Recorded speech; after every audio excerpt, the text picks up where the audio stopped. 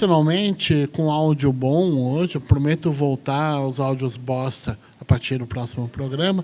Estou aqui com meu amigo André Junqueira, responsável pela Dogma Cervejaria, é isso, né?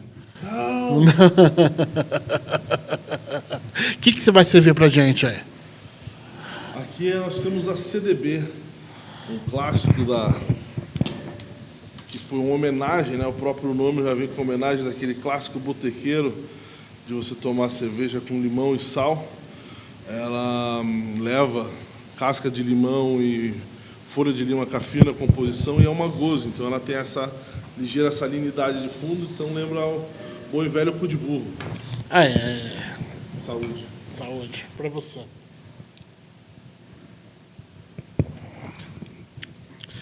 Não, era boa pra caralho. Uma das minhas cervejas preferidas. No Morada Etílica, que não é a Dogma, Morada Etílica, para mim, dentro da minha ignorância, do que eu pouco que eu conheço, não sou estudioso do mercado cervejeiro, uma das poucas cervejarias brasileiras com nível internacional, com nível não passa vergonha, não, é bem boa. Sendo, se me corrige se eu estiver falando besteira, mas o mercado cervejeiro é razoavelmente novo, o mercado cervejeiro de alto nível. Eu tenho a impressão, para um bebedor comum, tenho a impressão que até uns 10, 15 anos que a gente bebia era IPA ruim. Hoje tem até IPA boa, né? E a Morada é conhecida por cervejas sour, que eu acho que tem muito mais em comum com o nosso clima tropical, né? Do que uma cerveja mais amarga. O azedume tem mais a ver, né? É algo que está bem embutido na memória sensorial do brasileiro. Já começa com a própria história da caipirinha, que é uma bebida que a acidez ela pula em primeiro plano, é o nosso carro-chefe como personalidade de bebida, vamos assim dizer, né? E a gente adora essa bebida bem digesta, leve, onde você pode tomar em quantidade com os colegas, as session beers, como a gente fala, de maneira geral. E o grande crescimento do interesse das sour beers, ele já acontecia lá fora, muitos anos atrás, e eu não via ninguém fazendo.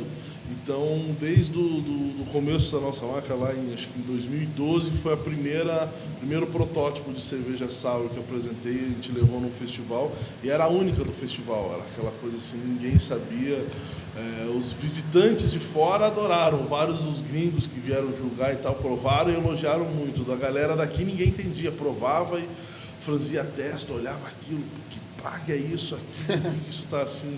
Eu falei, não se preocupe que vai chegar um momento que vocês vão entender, todo mundo vai conseguir abraçar esse padrão de característica da bebida seca, leve, com pouco amargor, com acidez lá em cima, brilhante e tal. E hoje a gente vê a quantidade de rótulos que estão disponíveis no mercado por diversas marcas aí, buscando apresentar variações, versões, ideias novas, combinações novas, ingredientes novos, com base nesse tipo de construção, que é até interessante, que é uma jogada olhando lá para o passado, porque aqui a gente está falando de uso de técnicas da cerveja pré-microbiologia. Cerveja de 300, 400 anos atrás ia ser algo assim, que a gente ainda não sabia separar os micro-organismos, então ia a bactéria, ia a levedura cervejeira, a levedura selvagem, tudo junto, toda a cerveja tinha uma acidez aparente e marcante. A cerveja moderna que a gente conseguiu mudar o jeito de fermentar e ela não apresentar essa acidez. Então ela é muito de um resgate do jeito que a cultura das bebidas eram antes dessas inovações, dessas melhorias do nosso conhecimento. Mas mesmo hoje, eu acho que as cervejas sours estão bem inseridas no mercado cervejeiro, para quem gosta de cerveja especial. no mercado comum, nos bares que você coloca, nos festivais que você faz, não perguntam para você ainda muito, você não tem cerveja comum? Perguntam. O índice dessa pergunta, vamos assim dizer, né, o percentual de pessoas que vêm perguntar isso, é óbvio que ele muda de acordo com o tipo do festival, a cidade que você está, onde que você está ali. Tem alguns lugares que já deram alguns passos a mais, um pouco da cultura cervejeira está um pouquinho mais desenvolvida, outros ainda um pouco menos. Mas ela sempre existe, a gente não saiu ainda dessa fase, é normal, cara. E para nós, ainda para a morada, pega mais, porque você pega muito das cervejarias artesanais hoje em dia, elas continuam fazendo muito dos estilos clássicos, e a gente não faz nada disso. Então o cara para lá no nosso stand, eu queria provar a tua Pilsen, não faço Pilsen, tá? Então me dá a Weiss, também não faço Weiss. Pô, então me dá a IPA, vai. Pois é, eu não faço IPA. Aí o cara pede pra você, fala, como assim, cara? Como que? Fala, não, tem outras 300 IPAs aqui no Acon, pra que eu vou fazer mais uma? Claro. Não é que eu não gosto de IPA, eu adoro tomar uma IPA bem feita, mas eu não acho que é necessário eu repetir aquela mesma história de volta. Então eu busco fazer essas coisas nas entrelinhas, vamos assim dizer. Que novas possibilidades de sabor que a gente pode criar que não estão aí, porque aquela que já tem, eu vou ali na geladeira, vou lá na loja, compro, levo e tomo e tá legal. Eu quero fazer as que eu não consigo encontrar em nenhum outro lugar e que eu acho que deveriam existir. No fundo, é uma coisa que norteia muito a minha criação do que eu ponho na morada, é essa noção de vamos completar o álbum de figurinha e não pegar a figurinha repetida, né? Claro. Em que ano começa a Morada Etílica? Os nossos estudos de cerveja começaram em 2009. Mas ainda de uma maneira como hobby, caseiro, sem pretensão nenhuma. Eu nunca tive inicialmente pretensões de levar isso para um lado comercial. Em 2010 a coisa tomou mais corpo e aí eu resolvi dar essa chance. Falei, olha, se eu puder fazer dentro dessa premissa, que eu não precise fazer a mesma coisa que está todo mundo fazendo e possa realmente criar e usar desse projeto para ser algo de opinião, algo autoral, não vejo por que não dar uma chance para a cerveja adiante. Então, no comecinho de 2011, a gente entrou comercialmente com a marca Morada. Então, em abril de 2011, a gente deu a largada oficialmente. Então, estamos aí com 8 anos e meio. De onde vem seu interesse por cerveja? Eu sempre gostei. Em fazer cerveja? De criança, uma vez, uma empregada que eu tive, que era uma descendente dos polacos aqui da região, falou que a avó dela fazia. Eu desacreditei, falei, não é mentira. De moleque, eu tinha 8, 9 anos de idade. Falei, cerveja é um troço que você compra no mercado, pronto, vem na garrafa, com a tampa, como que você vai fazer em casa? Não cabia na minha cabeça de criança que você podia fazer aquilo ali. E eu nunca esqueci daquilo, sempre fiquei com aquela dúvida na cabeça, assim. E o dia que eu ouvi que tinham pessoas aqui fazendo isso e tal, eu falei, nossa, isso deve ser um troço super interessante, você poder criar o teu próprio sabor. Porque eu já era um pouco desanimado com o que a gente tinha de cerveja aqui, porque justamente era um pouca variedade. Se tomar aquela mesma coisa da mesma vez, do mesmo jeito, já não me apetecia tanto, eu já era ligeiramente frustrado com a opção que a gente tinha de cerveja na época. Então, a possibilidade de poder inventar a minha própria, fazer do sabor que eu quisesse, do jeito que eu quisesse para eu poder tomar, me chamou muito. Eu falei, agora sim, aí vou descansar e fazer o que eu quero. Então, você começou a fazer cerveja por interesse próprio. Sim, até hoje. Eu sou totalmente egoísta. Eu só faço do jeito que eu gosto de tomar, do jeito que eu quero. Se não for, não faço. O que é coerente, né? Você vende o que você bebe. Exatamente. Eu não faço nada porque eu acho que o outro vai gostar ou porque a modinha é de verdade. É um projeto autoral totalmente egoísta. Eu assumo desde o começo, porque eu me propus dele no começo ser assim. Se ele fosse para frente, ia. Se ele não fosse, também não precisava. Já tinha meu emprego, já tinha meu serviço, não foi algo que eu precisava fazer isso comercialmente. Então eu quis muito mais não estragar o meu hobby do que, vou empreender nesse ramo aqui, né? Eu vou me proteger para que eu possa continuar tendo prazer em estudar, em desenvolver a respeito disso. E aí, junto com essa ideia, logo vi a abrangência de você estudar gastronomicamente as coisas, os sabores, os aromas e tal. Logo você reconhece alguém que te ensina a respeito de café, de destilados, né, mundo da coquetelaria, que é enorme, dos vinhos e de tudo isso, e eu fui jogando todas essas informações dentro daquele balaio e falando, tudo que eu puder absorver de informação e de experiência vai ser destilado na linha de produtos que a gente vai criar. Então também nunca foi uma ideia ficar só na cerveja desde o começo, até por isso que eu já dei o nome Morada Companhia Etílica, e não cervejaria Morada ou cervejaria não sei o quê. Você faz boas cidras também. Isso, né? A gente tem uma linha de cidras, a gente desenvolveu toda uma linha de destilados que vão entrar no mercado em breve, tem planos de colocar um vermute também. Então tem várias dessas coisas que, como protótipos em casa, eu já fiz diversas receitas, diversos testes, diversos desenvolvimentos. Só fico buscando, dentro desse nosso método de produção e distribuição terceirizada, não é tão fácil de encaixar as peças. Então você precisa encontrar um lugar que fabrique num preço bom, na qualidade boa, que tenha o know-how de executar essas receitas que eu vou inventando ao longo do tempo, né? Hoje a gente já trabalha com 3 cervejarias e 2 vinícolas diferentes para dar conta das diversas linhas que a gente tem. Me explica por que não tem boa cerveja Pilsen no Brasil? Ao alcance das pessoas, pelo menos. Essa é uma história complexa, né? Eu acho que o primeiro passo que a gente pode falar disso vem do fato que esse nome Pilsen, a gente já precisa explicar um pouco do que se trata o assunto, porque a gente conhece, se usa muito o nome Pilsen para uma variedade de estilos que não são necessariamente o que é uma Pilsen original.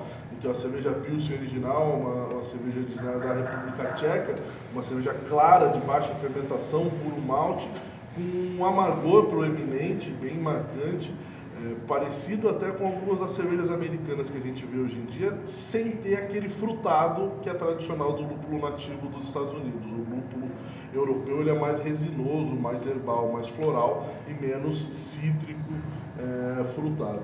Acontece que a indústria usou esse nome nas cervejas que a gente costuma chamar de Standard Lager ou Light Lager, que são essas que levam 40% a 45% de açúcar de milho refinado para diminuir a cor, diminuir o corpo. O amargor delas é nem 1/4 do que é uma Pilsen original, para ser muito mais um dispositivo de entrega de álcool. Então a cerveja industrial, você nunca vê ninguém falar a respeito dela, qual é o sabor, qual é a textura, qual é o aroma, como que ela combinaria com o prato, como que ela harmonizaria. Ela não está ali por interesse gastronômico.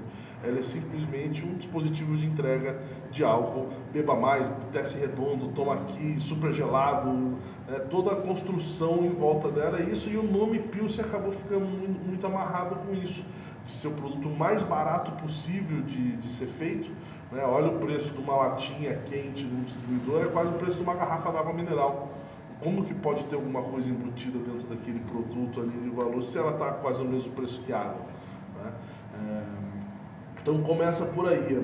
Quando você faz uma Pilsen digna, com tudo que ela tem que ter, é um produto que fica numa faixa de preço muito mais cara. Aí o consumidor, acostumado a ver Pilsen como o produto mais barato de todos da linha, também se confunde, não entende. Ele tem ele refuga aquilo, ele fala, não vou pagar numa Pilsen o mesmo preço que eu pago na IPA.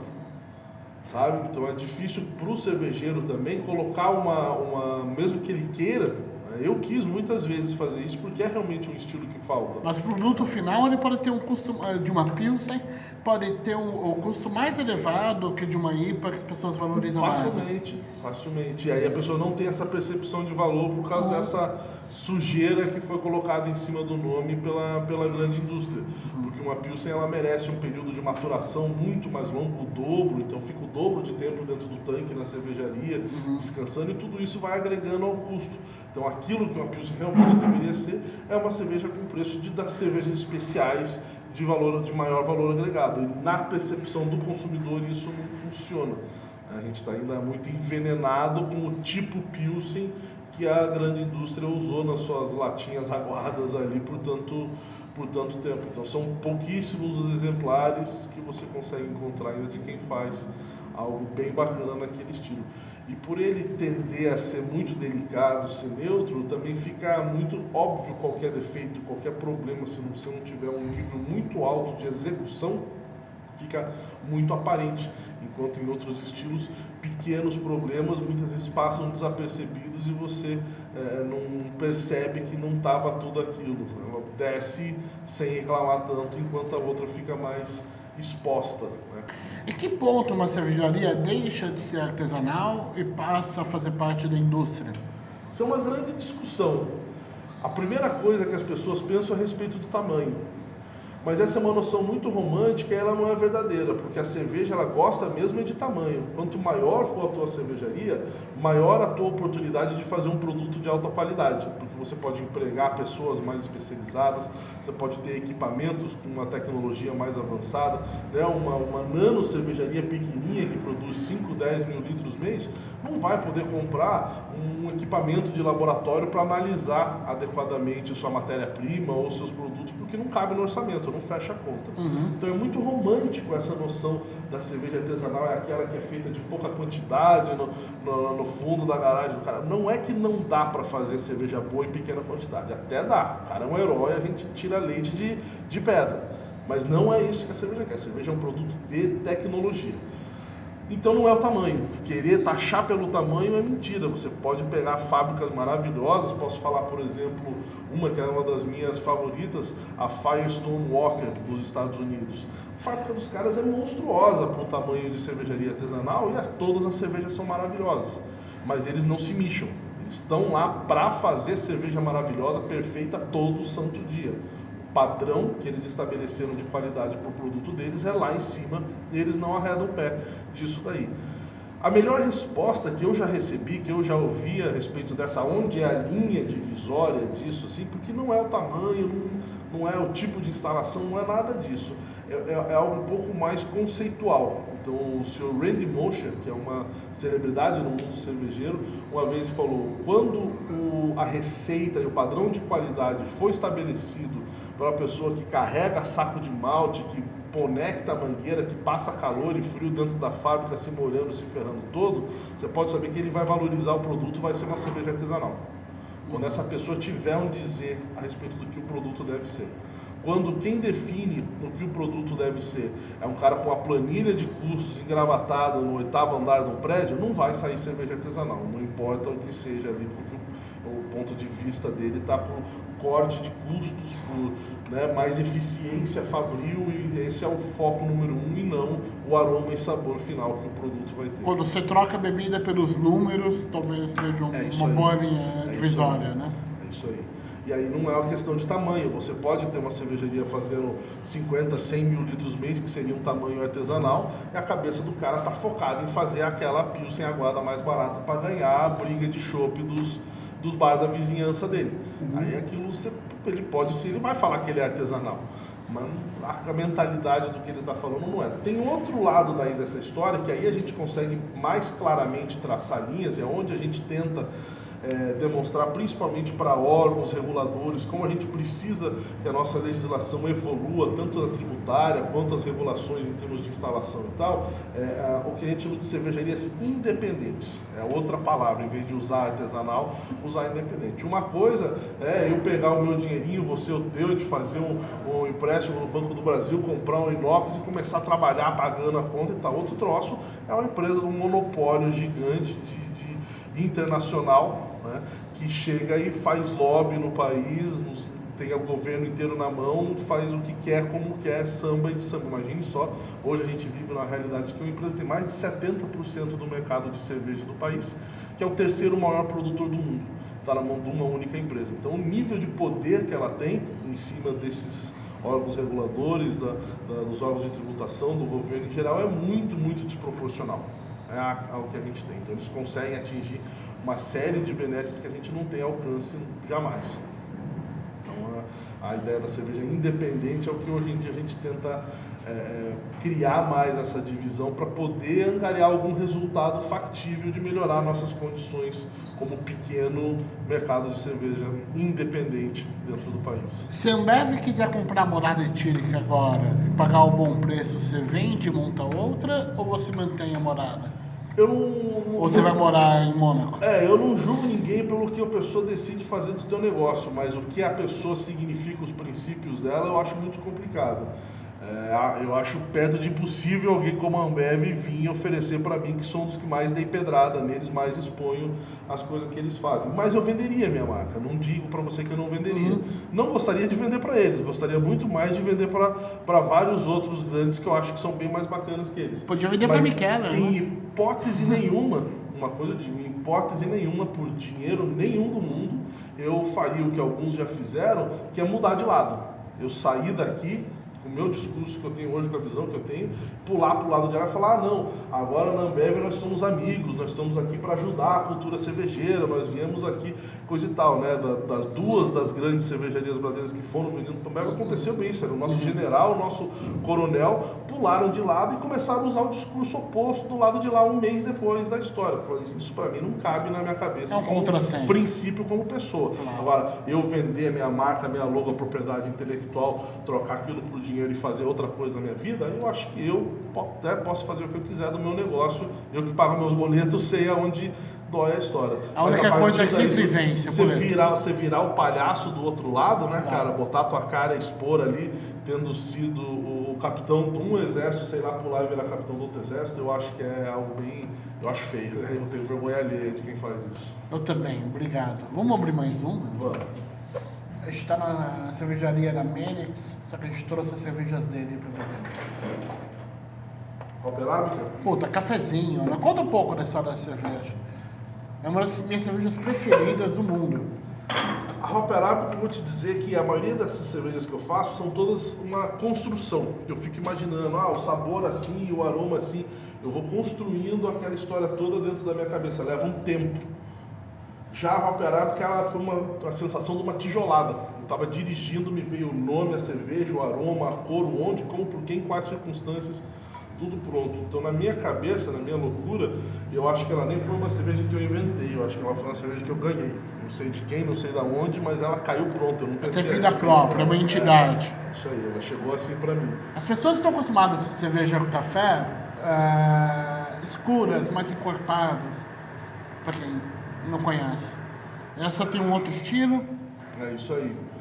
E um pouco da inspiração, onde eu estava, vamos assim dizer, com o mindset naquele momento, é até uma ideia interessante. Eu gosto de contar porque acho que muita gente não percebe isso. O café, assim como o churrasco, é algo que o aroma é muito mais poderoso do que o sabor. O cara tá passando um café ou tá moendo um café, aquilo te atinge, assim, te dá aquela loucura de perceber aquilo. Muito maior do que você pegar o teu expressinho e dar um gole.